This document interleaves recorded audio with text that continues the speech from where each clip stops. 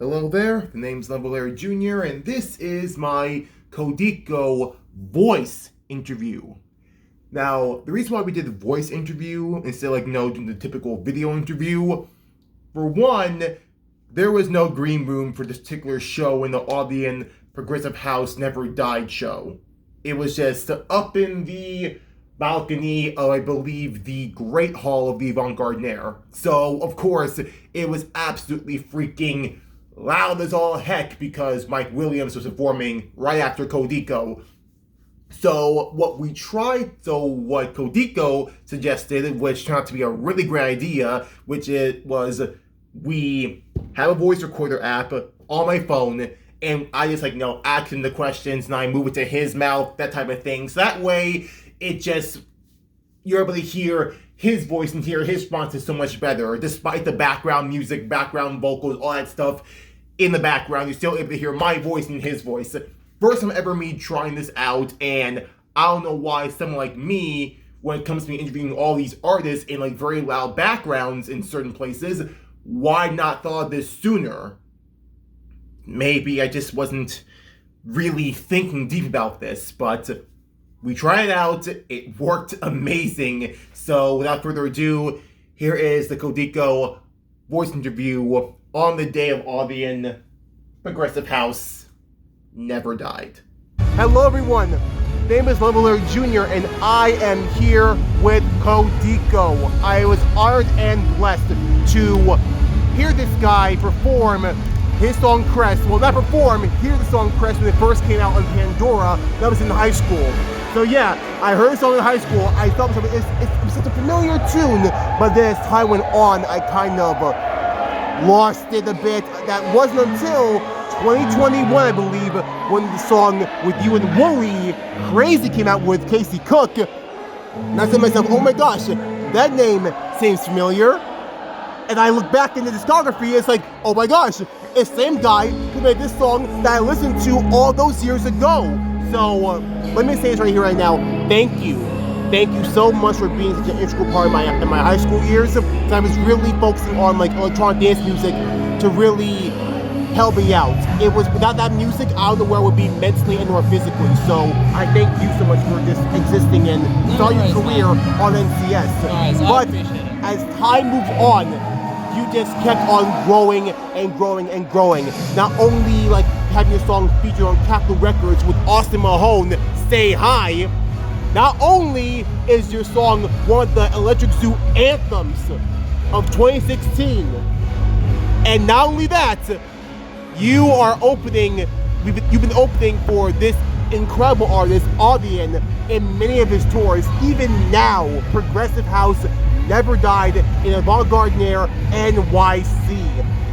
Just so many amazing accolades. And oh, did I mention Tomorrowland? How many times have you performed there? Three, four times? 2 or 3 times, yeah, I think. It's that's your home away from home, and so it seems. You just cannot get enough of Tomorrowland. So I'm just curious to know, with all the success that came to you at such a very young age, you were still in college in Cambridge University, how did it feel? Was it like a landslide? It was like a whirlwind? You couldn't keep up? It was interesting. So I started making music in high school as well, and listening to music in high school. And I was listening to the guys like AUDIEN, like Gryffin, all these kind of people that I now get to play shows with and make music with. I basically just made it for fun. I was putting stuff on SoundCloud, enjoying it, and just because I liked making music, like I'm sure lots of other people do. And I was just lucky enough that it happened to pick up, and other people liked it as well, to the extent after I graduated college, it turned into a full-time job. A lot of stuff happened to go right along the way, which I'm very thankful for. And something which I don't take for granted. I know it's very lucky to be able to have the job that we have and do what we do, so I'm very thankful for that. And we are very thankful of you and your incredible music. So here's the thing. Well, of course, we are at the show that is PHND, Progressive House Never Died. Did you do you have anything to say do you have anything to say regarding the genre of progressive house? What is it? What does progressive house mean to you? So progressive house was a lot of what I grew up with. Again, I grew up in the area when I was like started making music when I was 13, 14, 15. It was like peak Swedish House Mafia, peak Avicii. That was kind of what I loved. Are we talking like Greyhound and all that kind of Levels? stuff? Yeah, like Levels 1, all that kind of stuff. And also a lot of the original Audien stuff, which I listened to back in the day. Stuff like Wayfarer, old trance stuff, like Elan Bluestone from back in the day. All these guys are what I grew up listening to. And it's funny because I made that when I was very young. I made trance music, I released on trance labels. Those were the first ones that really got my foot in the door, and then I kind of drifted away from it, like the music industry bit. And I was very thankful. It's kind of had a moment where it's coming back towards house music, and I was lucky enough to be able to start making this stuff. And I think I will carry on because now there's actually the audience for it, there is the market for it. I can start making this stuff which I grew up listening to, and it will actually have a reception, which is great to hear. That's amazing to hear. But something tells me with a lot of your music you were making, especially like, later on, even after pandemic, you weren't really trying to focus on this being a progressive house artist. You want to expand into other genres. I feel like a perfect example I remember is you released a song, Bad at Being Alone. You're one of your emotional songs, one of your most emotional songs, and your first music video, right? Yeah. So I actually shot some music videos before that, to be fair. But like Say Hi, for instance, that one had a music video. But no, it was the first one in a long time. To be honest, man, I got to a point where I was actually doing music throughout college, and then a little bit after that, before lockdown, and I was kind of making music that I didn't really enjoy that much. I was kind of going towards a bit of a poppy lane that I felt like I had to because of sort of behind the scenes elements going on. And I kind of realized I didn't really like it. And lockdown was a really good opportunity for me to reset both myself and kind of think about what I actually wanted to make. And stuff like Bad at Being Alone, that didn't come out. None of the stuff I made before that was like that. I kind of went back to my electronic roots. I've been able to work with lots of other artists since then, and kind of got back into the scene that I liked in the first place, before getting a bit too detached, which I'm very thankful for. That is amazing. So thanks so much for talking about that, and also releasing that song. I feel like a lot of us really relate to the message and the lyrics regarding to that song, but I feel like for someone like you can you say that like the pandemic, being locked down, did it help help you grow, or did it kind of hinder you? I feel like the reaction of the pandemic is varying for a lot of people. Some people say no, it was the worst. People say it was the best. Some people had to take an essential look in their life. Yeah. Literally, people were quitting their jobs because they had all that time to sit and be like, what am I doing with my life? And I want to make a change. So yeah, do you have that type of revolution in your life, or not really? Yeah, no, I think it gave me some time to reflect on what I was doing. And like I said, I was going down a road that I didn't necessarily want to go down in terms of the direction of the music I was making. And having that gap allowed me to really change what I was doing, and sort of refocus on why I actually enjoyed my job, like why I liked music and what I liked producing in the first place. So I think for me, it was a very helpful period. I understand from a work perspective it's different from a personal perspective. Obviously there's lots of other stuff going on that made lockdown fun or not fun, and it was a tough time for a lot of people, but purely from a music perspective, I have to say, I think the break was actually very helpful for helping me reassess what I wanted to do. Right, and let me just say as well that for you and what you're making, what you're doing, the music that you were making in the past and even now, know that it is making a huge impact on so many people's lives, and myself included. Again, without music like that you're making, especially progressive house, I have no idea where I'll be mentally or physically. So it's something about progressive house and the music you're making that brings so much joy and so much euphoria into my life. And it's no matter where I go, music has always been my bestest friend in any time I needed it. So it's people like you who made these songs for so many years. I feel like we're talking almost 10 years in the making of CODEKO. you created these incredible tunes. So I wanted to, again, personally tell you, thank you. Know that your work and what you're making is not in vain. It's helping out so many people, me included. It's a debt I'll never be able to repay. Thank you, man. That's very kind of you. I think stuff like that reminds you why you actually make music in the first place. It's because you enjoy and you want other people to enjoy it as well. So I really appreciate that. So now I had to ask well, with you opening up for a lot of people, like you mentioned AUDIEN, you mentioned Gryffin, so are there any other people you wish you could open for? It's a hard one. It's a hard one. I've got to say, I've got. It's like you said. I've got crazy with Wooli, with Adam coming out. We've got another track coming out, I think next month, which I can talk about now. It's with Wooli and Excision, which is coming out in, I think, May. Maybe ILLENIUM. Oh wait, I forgot. You opened for him when you were starting. Oh yeah, I did forget about that. That is a very long time ago. To be fair, before I feel like that was like during Dude, was during the Awake, the Ashes. I think it might be I was like in high school. That's crazy. I forgot about that. For me, it was like I could not believe he opened for someone as amazing as him. Like before he like really blew up. Yeah. I'm thinking to myself, here's the thing. I interviewed Kovacs as well. He also opened for ILLENIUM. I said to myself, why oh why is your name not in like Ember Shores and like ILLENIUM and Friends? Like this not see you as your friend? Yeah. Nick, you have something incredible here. Use him. He's amazing.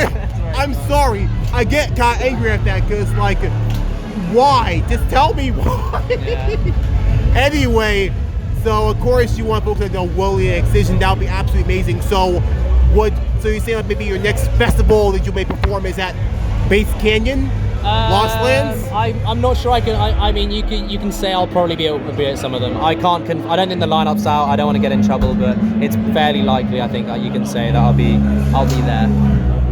Hopefully, I won't pester that anymore. But also regarding your music and regarding like again, almost 10 years of CODEKO, has there been a song that like really meant a lot to you? It could be like recent or in the past. Like what song like really like meant a lot to you, or like you have to play this in your set if you had the chance? Yeah, I think I'd have to say the ones which I write completely myself, as in from start to finish, like stuff like Bad at Being Alone. I think that was an important one. I think it was at a time of my life that I think was using for reflection. And I think it's nice when not only do I produce, mix, master a song from scratch, I also sing it, write the lyrics, record it myself.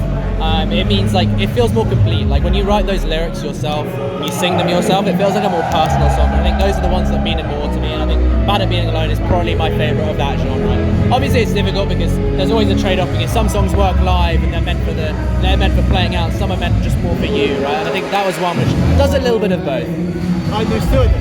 And what about the collaboration as well? I mean, this is the guy who collaborated with someone as legendary as Tritonal with Superhuman. I mean, oh my god. So, like, are there any collaborations you wish you could maybe do in the future? Yeah, I mean, there's a few guys that I've been talking to who I'm I think we're hopefully get some stuff in the works. People like Jason Ross, Will Black, who else? We got some other things in the work. I got some more tracks with Adam and with Wooli. Sorry, there's lots of people on the. I mean, it's nice now that I'm making the music I want to make. I think collaborations are coming very naturally. It's just other people who like the stuff, and we think we'll get along and we'll do it. Who else? Yetep. I think we've started writing a track. Ideally, we'll finish at some point. Lots of people though. It's very nice being able to write music with other people. It's something I enjoy a lot. And has there been like a collaboration where you thought to yourself, oh my gosh, this would never have like really happened in my lifetime? I mean, of course, Tritonal, but also your recent song with AUDIEN that was played out in this set today. Wait, oh my gosh, Antidote. I can't forget the freaking Antidote. I am so sorry. No, I don't apologize. That was most you have recent. to memorize my discography. That was, I try my best, okay? I do my best.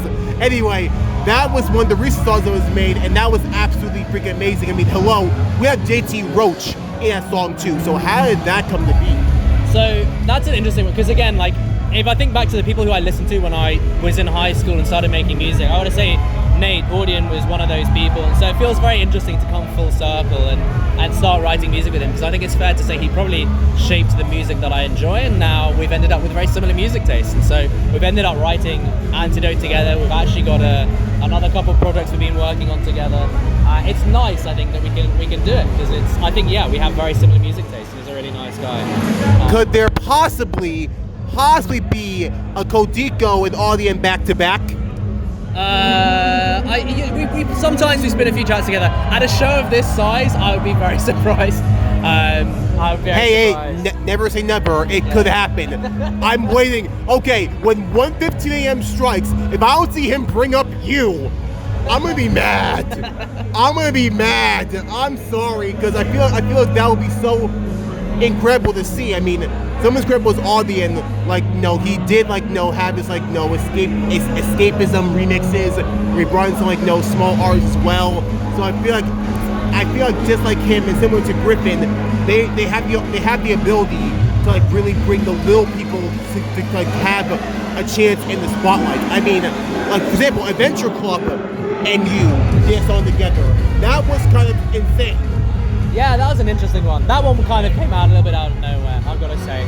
I just happened to be making some heavier stuff during lockdown because I felt like it. And we thought, why not see if anyone else wants to help finish this up? And they kind of dug the idea we had started, and so I finished it.